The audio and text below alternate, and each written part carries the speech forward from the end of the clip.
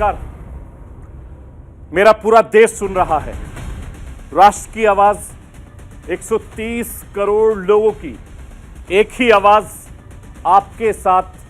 मैं हूं सरफराज, मैं सरफराज सैफी।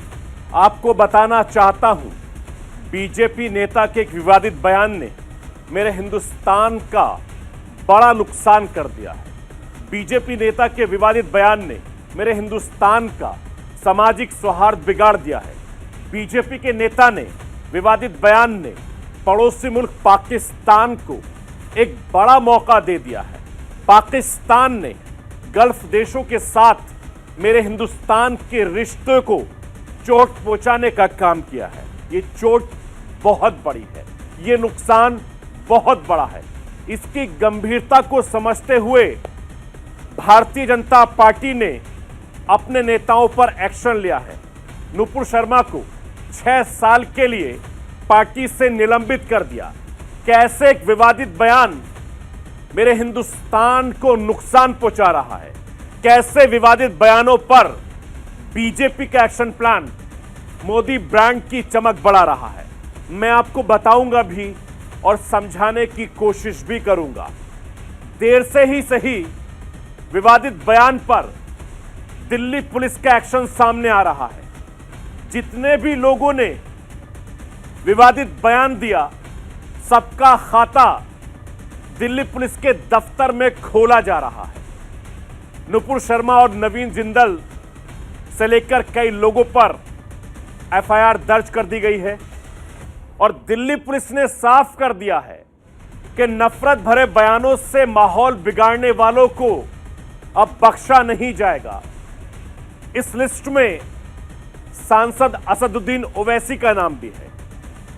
असदुद्दीन ओवैसी पर सोशल मीडिया के जरिए नफरत फैलाने का मामला दर्ज किया गया है और इस बात का जिक्र असदुद्दीन ओवैसी अपने बयान में कई बार करते नजर आए कि अगर आप कुछ बोलोगे तो आपके खिलाफ मुकदमा दर्ज हो जाएगा। आखिरकार दिल्ली पुलिस ने मुकदमा दर्ज कर लिया। दिल्ली पुलिस के एक्शन प्लान के बारे में आपको विस्तार से बताऊंगा। वहीं देश के 16वें राष्ट्रपति के चुनाव की तारीख का ऐलान हो गया है। 18 जुलाई को चुनाव होंगे। 21 जुलाई को देश के नए राष्ट्रपति का नाम सामने आ जाएगा।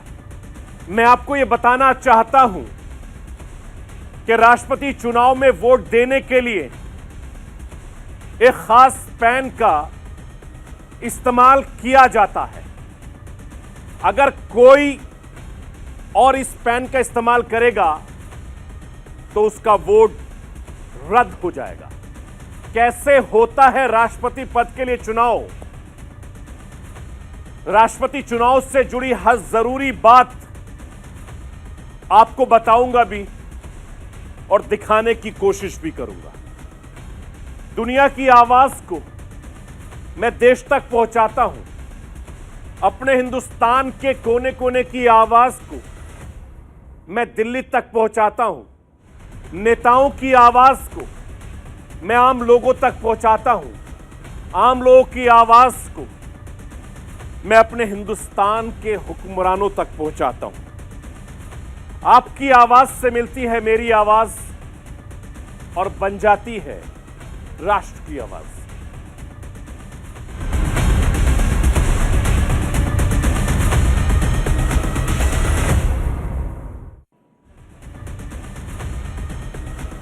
हिंदुस्तान के प्रधानमंत्री नरेंद्र मोदी की विदेश नीति का बड़ा फोकस गल्फ देशों के साथ बेहतर रिश्ते बनाना रहा है। प्रधानमंत्री नरेंद्र मोदी ने अपने कार्यकाल में यूएई के साथ रिश्तों को नई ऊंचाई तक पहुंचाया है। रिकॉर्ड 88 दिनों के अंदर पहली बार किसी गल्फ कंट्री के साथ व्यापक आर्थिक साझेदारी समझौता साइन किया गया। मैं आपको यह बताना चाहता हूं, एक बीजेपी के नेता के विवादित बयान का इतना बड़ा खामियाजा मेरा हिंदुस्तान कैसे उठा सकता है, जिसे इस बुलंदी तक पहुंचाने का काम हिंदुस्तान के प्रधानमंत्री नरेंद्र मोदी ने किया है। इसकी शाख पर बट्टा एक बीजेपी के नेता के विवादित बयान से कैसे लगने दिया जा सकता है? भारतीय जनता पार्टी ने इन दोनों नेताओं पर एक्शन ले लिया है। गल्फ के देशों अब इसकी तारीफ कर रहे हैं, लेकिन पड़ोसी मुल्क पाकिस्तान परेशान है। मोदी विरोधी खेमा परेशान है। जितनी तेजी से देश की और देश के प्रधानमंत्री की पूरी दुनिया में चर्चा हो रही थी, एक विवादित बयान ने न सिर्फ हिंदुस्तान को नुकसान पहुंचाया, बल्कि देश के प्रधानमंत्री का जो मिजाज है उसको लेकर भी कई सवाल खड़े करवा दिए। आखिर ऐसे नेताओं पर, ऐसे लोगों पर कड़ाई से एक्शन होने की जरूरत है। साल 2018 की ऐतिहासिक तस्वीरें बहुत कुछ बयां करती हैं। संयुक्त अरब अमीरात यानी कि यूएई की राजधानी अबू धाबी में पहले भव्य हिंदू मंदिर का शिलान्यास पीएम नरेंद्र मोदी कर रहे हैं।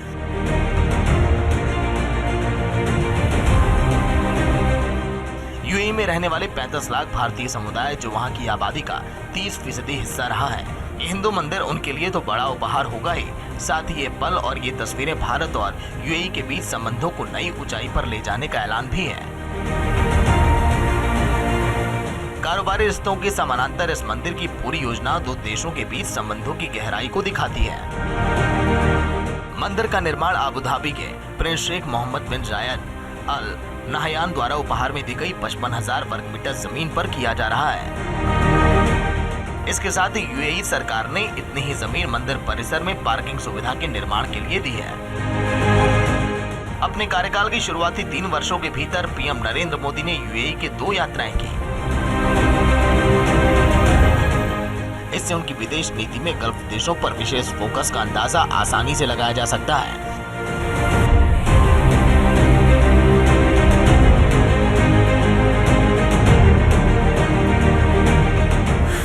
पीएम मोदी को पता है कि गल्फ में रहने वाला भारतीय समाज अपने देश से ज्यादा जुड़ाव महसूस करता है।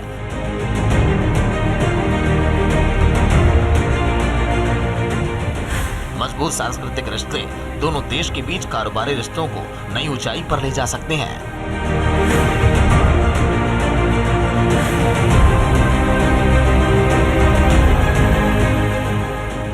सिर्फ यूएई की बात करें तो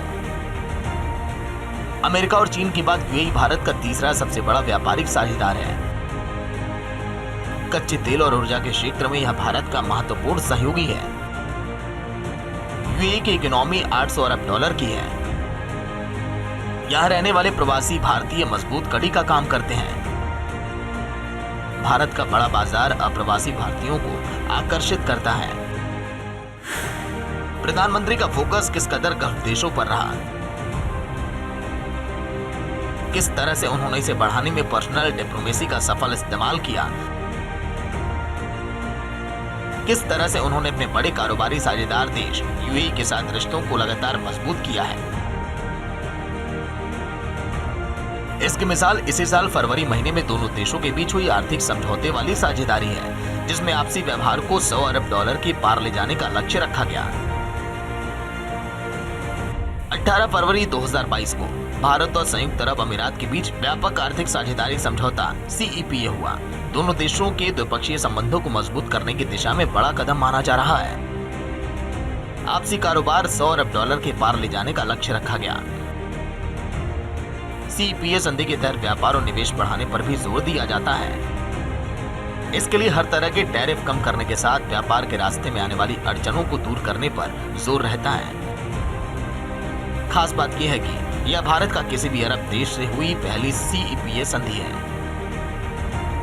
इसे महज 88 दिनों के रिकॉर्ड टाइम में पूरा किया गया। ये पीएम नरेंद्र मोदी के काम करने का विशेष अंदाज है। दुनिया में अभी तक किसी भी सीईपीए को इतने कम समय में अंजाम नहीं दिया जा सका, क्योंकि इसमें कई बाधाएं आती हैं।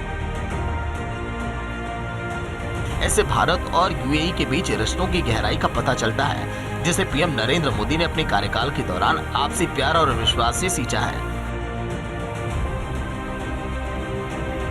यूएई के साथ भारत का रिश्ता एक मॉडल है, जिसे पीएम मोदी दूसरे गल्फ देशों के सामने रखकर चलते हैं। यही वजह है कि गल्फ के दूसरे देशों के साथ भी भारत के कारोबारी रिश्ते गहरे हुए हैं। कैसे रिश्ते भारत की अर्थव्यवस्था को मजबूत बना रहे हैं, इसे भी समझिए। गल्फ के सिर्फ 5 देशों से आता है भारत का 53% विदेशी पैसा।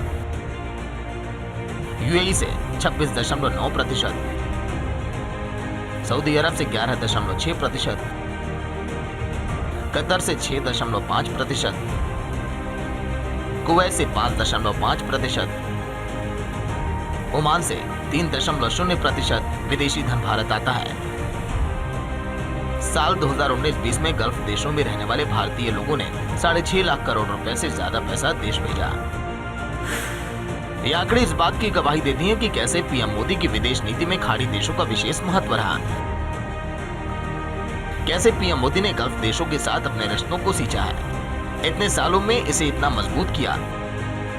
इस रिश्ते पर इस वक्त गहरी चोट लगी जब बीजेपी की एक नेता नुपुर शर्मा ने लापरवाही से पैगंबर मोहम्मद के खिलाफ विवादित बयान दे दिया, जो गल्फ में रहने वाले मुस्लिम समाज को आहत कर दिया।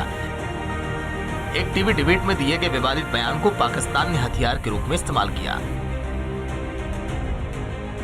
भारत और गल्फ देशों के बीच गहराते रिश्ते पाकिस्तान को हमेशा से ही परेशान करते रहे हैं।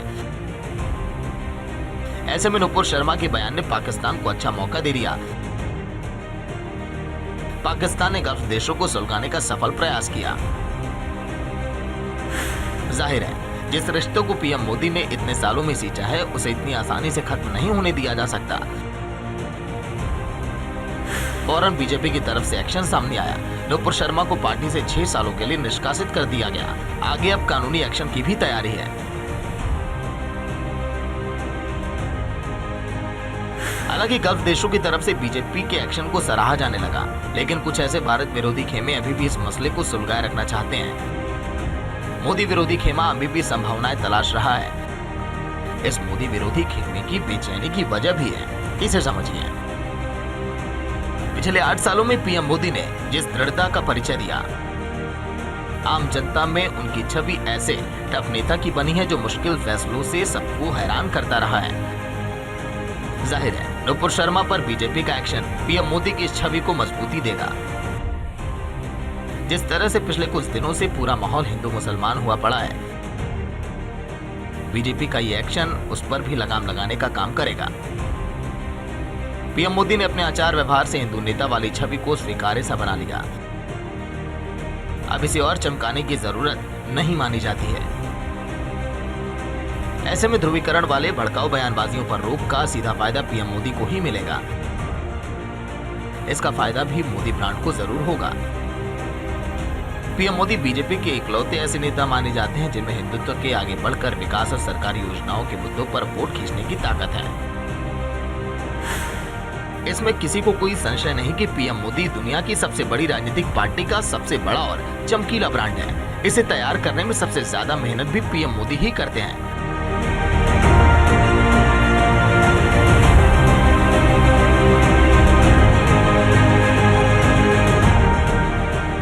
जाहिर है, बीजेपी का कोई प्रवक्ता लापरवाही वाला विवादित बयान देता है तो उसे यूं ही नहीं छोड़ा जा सकता। बीजेपी अपने सबसे बड़े ब्रांड की चमक से समझौता नहीं कर सकती। बीजेपी ने इस मसले पर अपना सख्त रुख देश ही नहीं दुनिया के सामने रख दिया। Bureau report, news India.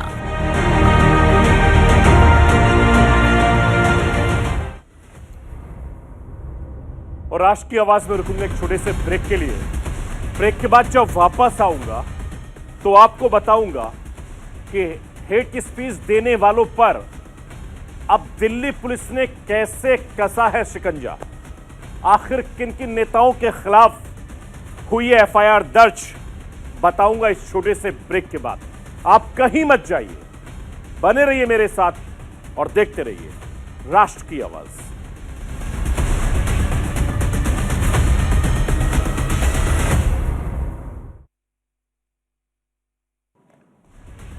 Break के बाद एक बार फिर आपका स्वागत है राष्ट्र की आवाज में। हेट स्पीच से हिंदुस्तान में हाहाकार है, विदेशों तक इसका शोर मचा हुआ है। एक विवादित बयान से इस्लामिक देशों ने कई सवाल उठाए हैं। ईरान ने भी कड़ा रुख जाहिर किया है, तो कई देशों को भारत ईरान की दोस्ती में दरार दिखने लगी। भारत और ईरान की दोस्ती कितनी पक्की है, इसका सबूत ईरान के विदेश मंत्री ने भारत आकर दे दिया है। मैं आपको यह बताना चाहता हूं कि ईरान के विदेश मंत्री ने प्रधानमंत्री नरेंद्र मोदी से मुलाकात की। दोनों देशों के बीच रिश्तों को मजबूत करने के लिए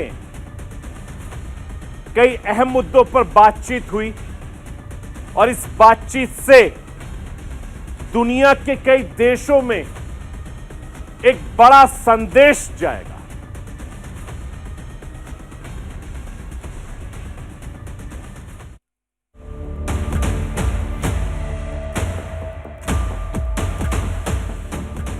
भड़काऊ बयानवीरों की वजह से इन दिनों भारत के खिलाफ इस्लामिक देश माहौल बना रहे हैं, लेकिन ऐसे अहम वक्त में ईरान के विदेश मंत्री हुसैन आमिर अब्दुल्ला भारत दौरे पर हैं। पैगंबर साहब पर विवाद के बाद ईरान के विदेश मंत्री पहले ऐसे इस्लामिक नेता हैं जो भारत दौरे पर आए हैं।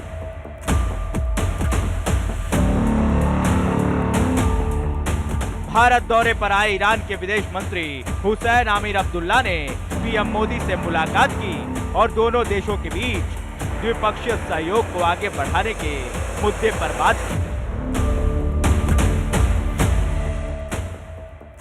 वैसे ईरान ने थोड़े दिन पहले ही पैगंबर विवाद पर कड़ी आपत्ति जताई थी। उसके बाद ईरान के विदेश मंत्री का भारत दौरा काफी मायने रखता है। वैसे फिलहाल ईरान भारत के साथ खड़ा नजर आ रहा है, क्योंकि ईरान के विदेश मंत्री ने बयान जारी कर कहा है कि भारत पहुंचने के बाद से मैंने महसूस किया है कि भारत सरकार सत्ताधारी पार्टी के सदस्य की टिप्पणी से सहमत नहीं है और उसे मजबूती से खारिज कर रही है। बताया जा रहा है कि ईरान के विदेश मंत्री से मुलाकात के दौरान पीएम मोदी ने ईरान के राष्ट्रपति इब्राहिम रईसी से मिलने की इच्छा जताई है। इसके अलावा भारत और ईरान के बीच सदियों से चली आ रही सभ्यता और सांस्कृतिक संबंधों को भी पीएम मोदी और ईरान के विदेश मंत्री ने गर्मजोशी से याद किया है। कोविड काल के दौरान दोनों देशों के बीच आदान प्रदान काफी हद तक प्रभावित हो गया था, लेकिन अब भारत और ईरान दोनों ही पहले जैसे व्यापारिक रिश्ते बहाल करने की दिशा में आगे बढ़ने को राजी हो गए हैं। ईरान के विदेश मंत्री ने भारत के विदेश मंत्री एस जयशंकर से भी मुलाकात की और एनएसए अजीत डोभाल से भी मिले।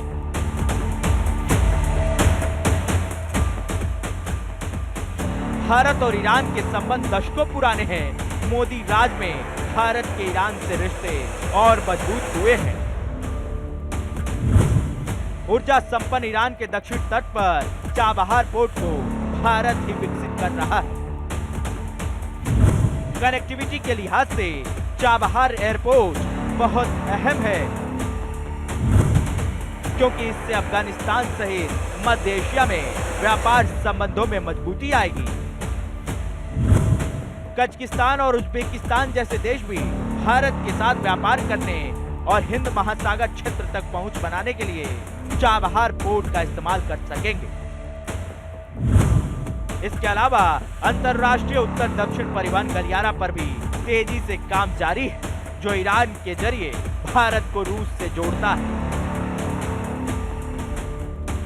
भारत और ईरान की दोस्ती दमदार है, साल दर साल इसमें इजाफा भी हो रहा है। लेकिन जिस तरह से पैगंबर साहब पर विवादित बयान के बाद ईरान ने कड़ा रुख जाहिर किया था।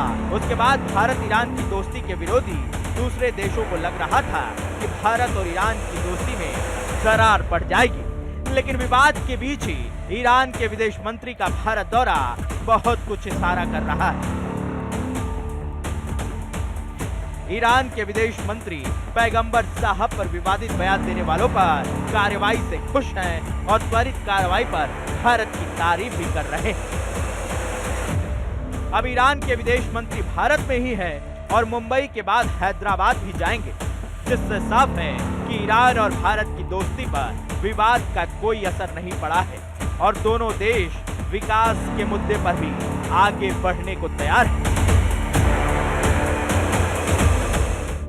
Bureau report, news India. Delhi police section में है। दिल्ली पुलिस विवादित बयान देने वालों के खिलाफ मुकदमा दर्ज कर रही है। दिल्ली पुलिस नफरती लोगों को कड़ा संदेश दे रही है। मैं आपको यह बताना चाहता हूं कि दिल्ली पुलिस ने हेट स्पीच के मामले में कई नामी गिरामी लोगों पर मुकदमा दर्ज किया है। दिल्ली पुलिस की इस लिस्ट में नुपुर शर्मा के अलावा असदुद्दीन ओवैसी और कई लोगों के नाम हैं। शब्दों की मर्यादा लागने का एक ट्रेंड से चल पड़ा है। ऐसे विवादित बयान देने वाले नेताओं के खिलाफ लक्ष्मण रेखा खींचने का काम किया जा रहा है। मेरे हिंदुस्तान की छवि का कोई विवादित बयान देकर न बिगाड़े, इसका इंतजाम दिल्ली पुलिस और सरकारें कर रही है।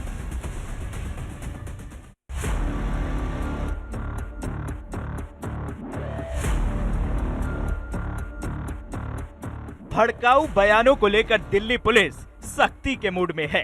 गुरुवार को दिल्ली पुलिस ने भड़काऊ बयान देने के मामले में 8 लोगों के खिलाफ मामला दर्ज किया है। ये वो लोग हैं जिन्होंने टीवी डिबेट में या अपने भाषणों में या सोशल मीडिया पर भड़काऊ बयान देते हैं। ये 8 लोग हैं।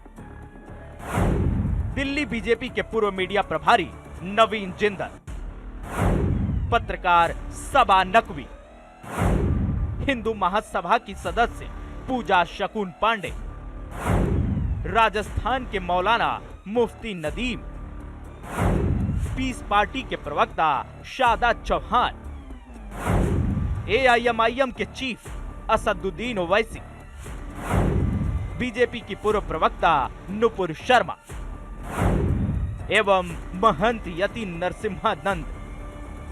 We have registered cases against Ms. Nupur, Mr. Naveen, Mr. Owaisi and several other people who have been regularly passing such kind of comments on social media.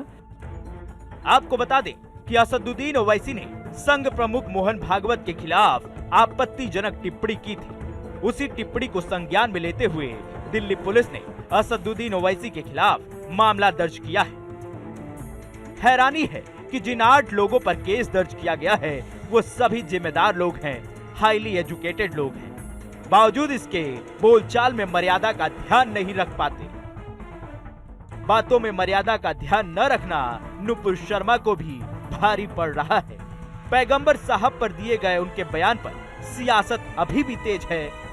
Ittehad Millat council के अध्यक्ष मौलाना तौकीर रजा ने कहा कि उन्हें बीजेपी पर भरोसा नहीं है और अगर नुपुर शर्मा की सुरक्षा करनी है तो जेल से बेहतर जगह कोई और दूसरी नहीं हो सकती। मैंने सुना है नुपुर को भी कुछ धमकी मिली है। मैंने तो खुद नुपुर के लिए मांग की है कि उसकी सुरक्षा की जाए, क्योंकि ये आरएसएस वाले, भारतीय जनता पार्टी वाले बहुत गहरी साजिशें रचते हैं। ये खुद ही नुपुर को मार के और ये इल्जाम लगा सकते हैं कि मुसलमान आतंकवादियों ने मार डाला।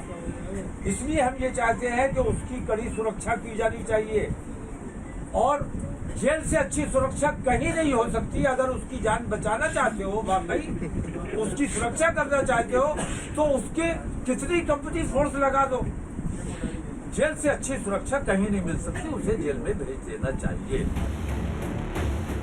उधर दिल्ली में नुपुर शर्मा के विरोध में असदुद्दीन ओवैसी की पार्टी एआईएमआईएम के कार्यकर्ताओं ने जंतर मंतर पर धरना प्रदर्शन किया। ये लोग नुपुर शर्मा को गिरफ्तार करने की मांग कर रहे थे। उन्हें धरना देने की अनुमति न होने की वजह से दिल्ली पुलिस ने AIMIM के करीब 40 कार्यकर्ताओं को थाने भेज दिया है। अंतर्राष्ट्रीय स्तर पर नुपुर शर्मा का मामला छाने और तालिबान द्वारा भारत को हमले की धमकी देने पर सियासत हो रही है। शिवसेना के नेता संजय राउत ने कहा कि ये सब कुछ बीजेपी के चलते हो रहा है।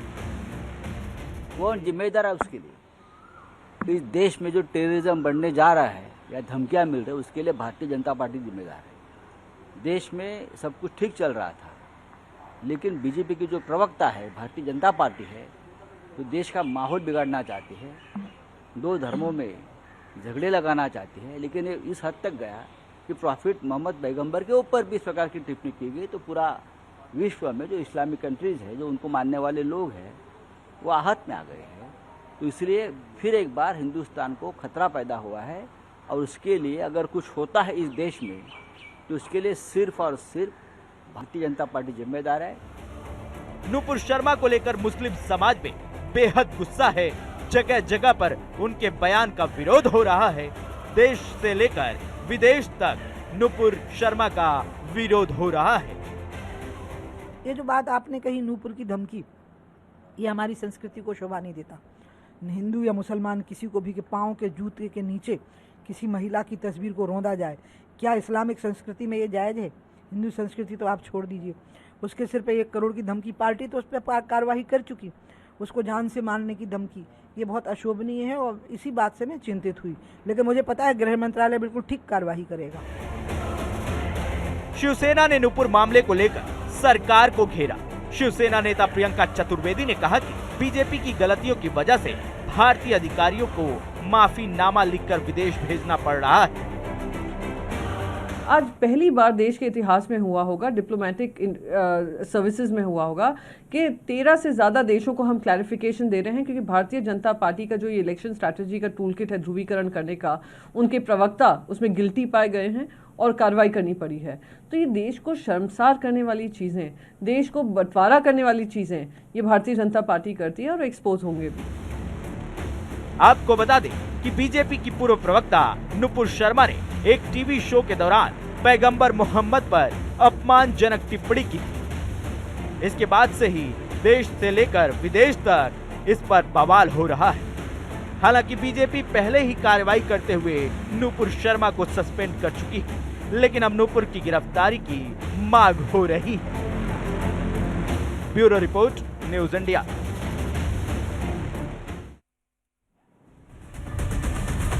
राष्ट्रपति चुनाव का आगाज हो गया है।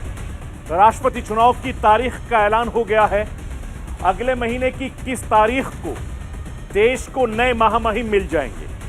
देश को नए राष्ट्रपति के नाम का पता चल जाएगा। मैं आपको यह बताना चाहता हूं कि राष्ट्रपति चुनाव की प्रक्रिया काफी ज्यादा मुश्किल होती है। चुनाव में आम आदमी हिस्सा नहीं लेते, बल्कि देश के मान्य वोट डालते हैं।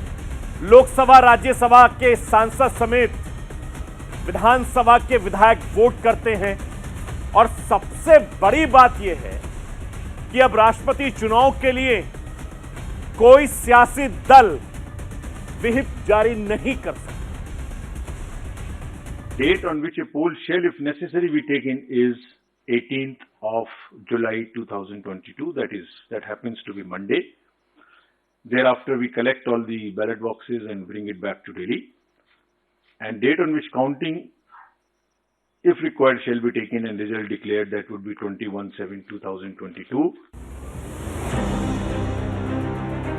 इसी के साथ राष्ट्रपति चुनाव का बिगुल बज गया। इलेक्शन कमीशन ने चुनाव की तारीख का ऐलान कर दिया। चुनाव आयोग ने राष्ट्रपति चुनाव की पूरी प्रक्रिया का ऐलान सिलसिलेवार तरीके से कर दिया है। पूरे कमीशन का ये रिजॉल्व है कि कोई भी अनएथिकल प्रैक्टिस इस सबसे बड़े ऑफिस के चुनाव में कहीं से कहीं तक नहीं होनी चाहिए। और वो अगर होती है और इस तरीके की कोई भी इंस्टेंस सामने आती है, it will all be videographed also. अगर इस तरह की कोई इंस्टेंस सामने आती है तो that itself, as I mention, is a ground for an EP and even a cancellation of it. राष्ट्रपति रामनाथ कोविंद का कार्यकाल 24 जुलाई 2022 को खत्म हो रहा है।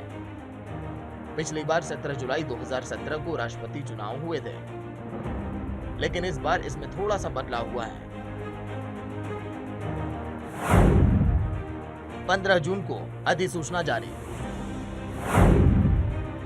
29 जून तक नामांकन, 30 जून को नामांकन की जांच, 2 जुलाई नाम वापस लेने का अंतिम दिन, 18 जुलाई को मतदान, 21 जुलाई को मतगणना। राष्ट्रपति चुनाव के लिए वोटिंग संसद और विधानसभा में होगी और वोट देने के लिए 1, 2, 3 लिखकर अपनी पसंद बतानी होगी। पहली पसंद ना बताने पर वोट खारिज हो जाएगा। साथ ही आयोग ने यह भी साफ कर दिया कि राष्ट्रपति चुनाव के लिए कोई भी सियासी दल व्हिप जारी नहीं कर सकेगा। व्हिप पर पाबंदी का असर राष्ट्रपति चुनाव पर कितना पड़ेगा ये तो वक्त ही बताएगा, लेकिन फिलहाल इतना साफ हो गया कि चुनाव आयोग का ये फैसला सियासी दलों के गले की फांसी जरूर बनेगा। राष्ट्रपति चुनाव की तारीख के ऐलान के साथ ही नए राष्ट्रपति के नाम को लेकर मंथन भी अब शुरू हो गया। सरकार और विरोधी दोनों तरफ से नाम को लेकर चर्चाएं शुरू हो गई। हालांकि अभी तक किसी ने अपने पत्ते नहीं खोले, लेकिन माना जा रहा है कि एनडीए उम्मीदवार का पलड़ा ज्यादा भारी है, क्योंकि विपक्ष के मुकाबले एनडीए का कई ज्यादा राज्यों में राज है। राष्ट्रपति चुनाव में आम जनता को वोट देने का अधिकार नहीं है। इसके साथ ही लोकसभा और राज्यसभा के सांसद और विधायक नए प्रेसिडेंट का चुनाव करते हैं। ऐसे में आपको बताते हैं कि चुनाव प्रक्रिया में कौन कौन हिस्सा लेगा। राष्ट्रपति चुनाव में लोकसभा, राज्यसभा और राज्यों की विधानसभा के सदस्य वोट डालते हैं। लोकसभा के सभी 543 सदस्य वोटिंग में हिस्सा लेंगे। इनमें आजमगढ़, रामपुर और संगरूर में हो रहे उपचुनाव में नतीजे वाले सांसद भी शामिल होंगे। वहीं उच्च सदन यानी कि राज्यसभा के 233 सांसद वोट डालेंगे। इसके अलावा सभी राज्यों के 4033 विधायक राष्ट्रपति चुनाव के लिए वोट डालेंगे। यानी अगले राष्ट्रपति चुनाव में 4809 वोटर शिरकत करेंगे और राष्ट्रपति का चुनाव करेंगे। अब आप ये भी जान लीजिए कि राष्ट्रपति चुनाव में कौन कौन हिस्सा नहीं लेता, यानी कौन कौन वोटिंग नहीं करेगा। लोकसभा, राज्यसभा के मनोनीत सदस्य, विधानसभाओं के मनोनीत सदस्य, विधान परिषद का सदस्य, कोई सीएम जो विधान परिषद में सदस्य हो। मौजूदा परिस्थिति में राष्ट्रपति चुनाव को काफी अहम माना जा रहा है। एनडीए का पलड़ा पहले ही भारी है, लेकिन राष्ट्रपति चुनने को लेकर अंकगणित पूरी तरह से उनके साथ नहीं दिख रहा। और तो और एनडीए के कई सहयोगी अभी तक कुछ भी खुलकर नहीं बोल पा रहे। बिहार में नीतीश कुमार और उनकी पार्टी जेडीयू ने जिस तरह से हाल ही में आरजेडी के साथ गलपहियां की, वो बीजेपी के लिए भले ही सीधा खतरा ना हो, लेकिन खतक जरूर रहा है। विधायक चुनाव, ऐसे में आपको बताते हैं कि सांसदों और विधायकों की वोट वैल्यू क्या है। सांसदों की कुल वोट वैल्यू 5,43,200 है। विधायकों की वोट वैल्यू 5,43,231 है। इन विधायकों में सबसे बड़े राज्य की वोट की वैल्यू सबसे ज्यादा है, इसमें सबसे छोटे राज्य की सबसे कम। उत्तर प्रदेश की वैल्यू सबसे ज्यादा, इसके बाद महाराष्ट्र का नंबर आता है, फिर तमिलनाडु और बंगाल की वोट वैल्यू है। सबसे कम वैल्यू सिक्किम के विधायकों की है। इसके बाद नंबर अरुणाचल और मिजोरम का आता है। दरअसल हर राज्य और केंद्र शासित प्रदेश की जनसंख्या अलग अलग है। इस चुनाव में हर एक वोट की कीमत राज्य की जनसंख्या और वहां की कुल विधानसभा सीटों के हिसाब से तय होती है। ऐसा इसीलिए किया जाता है ताकि हर वोट सही मायने में जनता की नुमाइंदगी कर सके।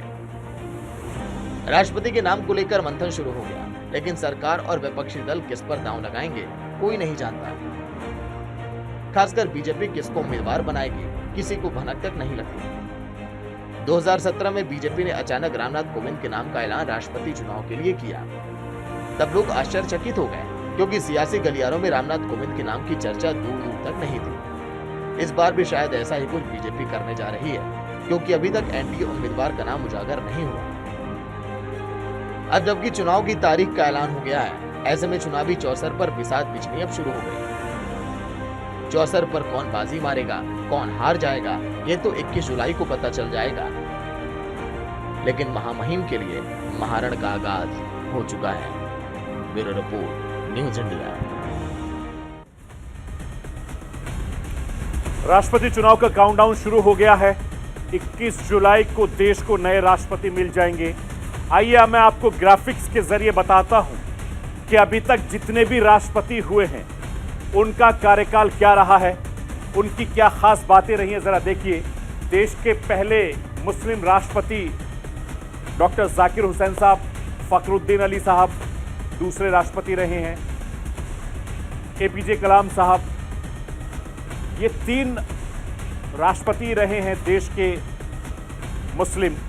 और इसके अलावा दलित राष्ट्रपतियों का अगर मैं जिक्र करूं तो केआर नारायण साहब, रामनाथ कोविंद जी मौजूदा इस समय राष्ट्रपति हैं। ये दलित समुदाय से ताल्लुक रखते हैं और हमारे देश के राष्ट्रपति फिलहाल रामनाथ कोविंद साहब हैं। इसके अलावा महिलाओं का अगर मैं जिक्र करूं तो महिलाओं में प्रतिभा पाटिल पहली महिला राष्ट्रपति बनी है और इस बार भी चर्चा चल रही है कि किसी महिला प्रधान राष्ट्रपति बन सकती हैं, ऐसी कयास लगाए जा रहे हैं। इसके अलावा अगर मैं बात करूं साउथ भारत की, अगर मैं बात करूं तो साउथ भारत में ये 4 राष्ट्रपति साउथ भारत से रहे हैं। डॉक्टर सर्वपल्ली राधाकृष्णन जी, वीवी गिरी जी, नीलम संजीव रेड्डी साहब, आर वेंकटेश्वर रमन, ये 4 साउथ भारत से हमारे देश के राष्ट्रपति रहे हैं। और जब अगला राष्ट्रपति चुना जाएगा, जैसे मैंने आपको बताया, कल से इसकी शुरुआत हो गई है।